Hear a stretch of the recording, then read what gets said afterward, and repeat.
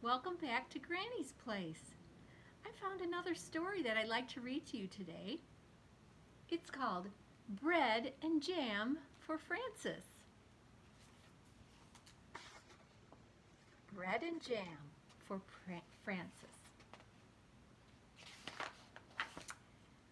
It was breakfast time and everyone was at the table. Father was eating his egg. Mother was eating her egg. Gloria was sitting in a high chair and eating her egg too. Francis was eating bread and jam. What a lovely egg, said Father. If there is one thing I am fond of for breakfast, it's a soft boiled egg. Yes, said Mother, spooning up egg for the baby. It's just the right thing to start the day off right. Ah, said Gloria and ate up her egg. Frances did not eat her egg. She sang a little song to it.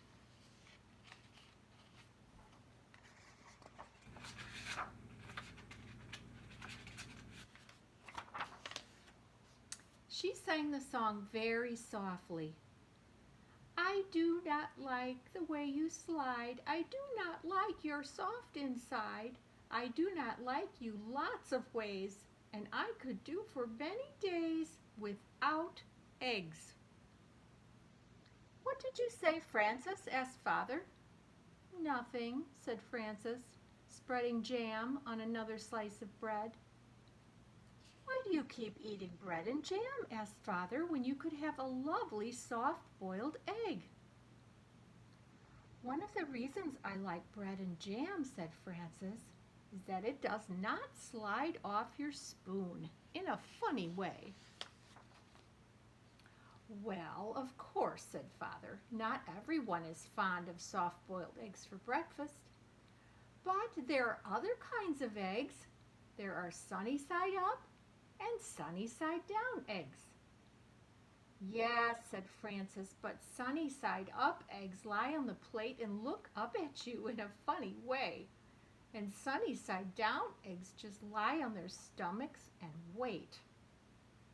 What about scrambled eggs? Said Father. Scrambled eggs fall off the fork and roll under the table, said Frances. I think it's time for you to go to school now, said Mother. Frances picked up her books, her lunchbox, and her skipping rope. Then she kissed Mother and Father goodbye and went to the bus stop. While she waited for the bus, she skipped and sang, Jam on biscuits, jam on toast. Jam is the thing that I like most. Jam is sticky, jam is sweet, jam is tasty, jam's a treat. Raspberry, strawberry, gooseberry, I'm very fond of jam. That evening for dinner, Mother cooked breaded veal cutlets with string beans and baked potatoes. Ah, said Father, what is there handsomer on a plate and tastier to eat than breaded veal cutlet? It is a nice dish, isn't it? Said Mother. Eat up the string bean, Gloria. Oh, said Gloria, and she ate it up. She had already eaten her dinner of string beef and sweet potatoes, but she liked to practice with a string bean when she could. The next morning at breakfast, Father sat down and said, Now I call that a pretty sight. Fresh orange juice and poached eggs on toast. There's a proper breakfast for you. Thank you for saying so, said Mother. Poached eggs on toast do have a cheery look, I think. Frances began to sing a poached egg song. Poached eggs on toast, why do you shiver with such a funny little quiver? Then she looked down and saw that she did not have a poached egg. I have no poached eggs, said Frances. I have nothing but orange juice. I know, said Mother. Why is that? Said Frances. Everybody else has a poached egg. Even Gloria has a poached egg. and she is nothing but a baby." "But you do not like eggs," said Mother, "and that is why I did not poach one for you. Have some bread and jam if you are hungry." So Frances ate the bread and jam and went to school. That's right. Oops. When the bell rang for lunch, Frances sat down next to her friend Albert. "What do you have today?" said Frances. "I have a cream cheese cucumber and tomato sandwich on rye bread," said Albert, "and a pickle to go with it.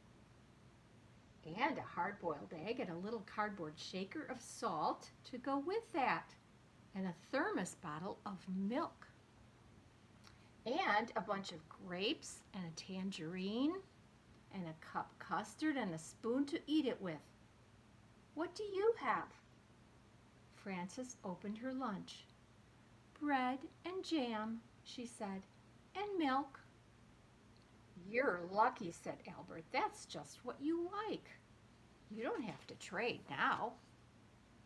"That's right," said Frances. "And I had bread and jam for dinner last night and for breakfast this morning." "You certainly are lucky," said Albert.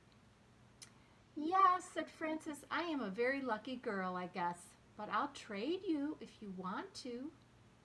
"That's all right," said Albert. "I like cream cheese with cucumber sandwiches and tomatoes on rye." Albert took 2 napkins from his lunchbox. He tucked one napkin under his chin. He spread the other on his desk like a tablecloth. He arranged his lunch neatly on the napkin. With his spoon, he cracked the shell of the hard-boiled egg. He peeled away the shell and bit off the end of the egg. He sprinkled salt on the yolk and set the egg down again. He unscrewed his thermos bottle cup and filled it with milk. Then he was ready to eat his lunch.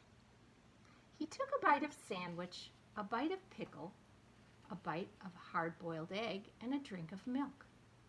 Then he sprinkled more salt on the egg and went around again.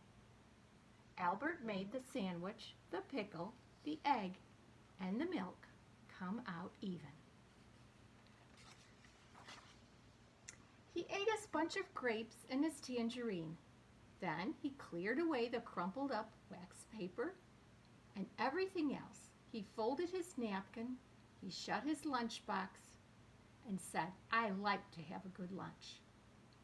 Frances ate her bread and jam and drank her milk. Then she went to the playground and skipped rope. She did not skip as fast as she had skipped in the morning. Jam in the morning, jam at noon, bread and jam by the light of the moon. Jam is very nice.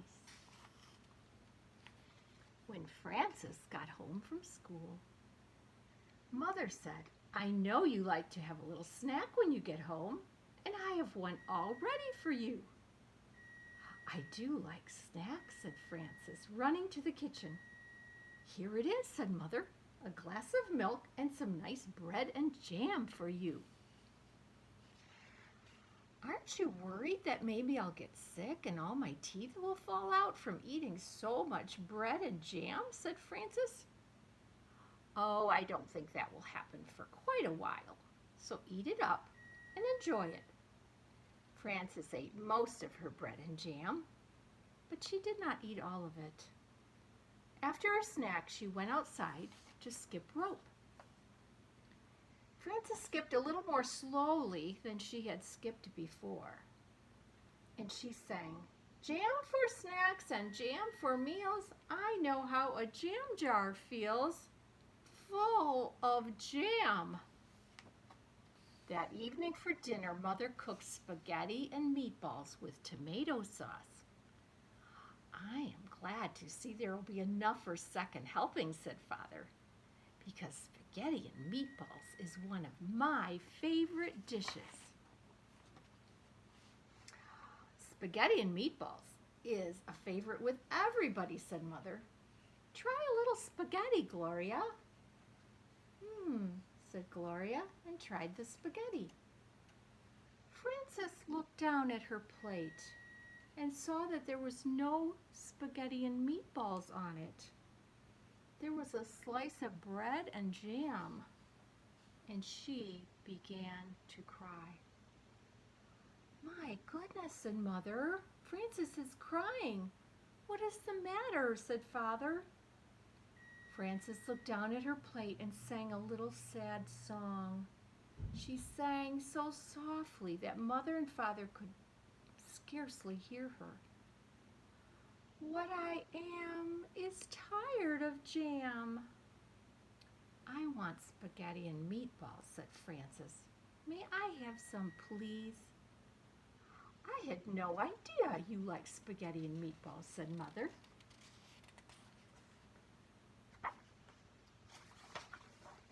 "How do you know what I'll like?" "If you won't even try me," said Frances, wiping her eyes. So Mother gave Frances spaghetti and meatballs, and she ate it all up. The next day, when the bell rang for lunch, Albert said, "What do you have today?" "Well," said Frances, laying a paper doily on her desk and setting a tiny vase of violets in the middle of it. "Let me see." She arranged her lunch on the doily. "I have a thermos bottle with cream of tomato soup, a lobster salad sandwich on white bread. I have celery, carrot sticks, and black olives, and a little cardboard shaker of salt for the celery, and 2 plums, and a tiny basket of cherries, and vanilla pudding with chocolate sprinkles, and a spoon to eat it with." "That's a good lunch," said Albert. "I think it's nice that there are all different kinds of lunches and breakfasts and dinners and snacks. I think eating is nice." "So do I," said Frances. And she made the lobster salad sandwich, the celery, the carrot sticks, and the olives come out even. The end. I hope you enjoyed my story. Bread and jam for Frances.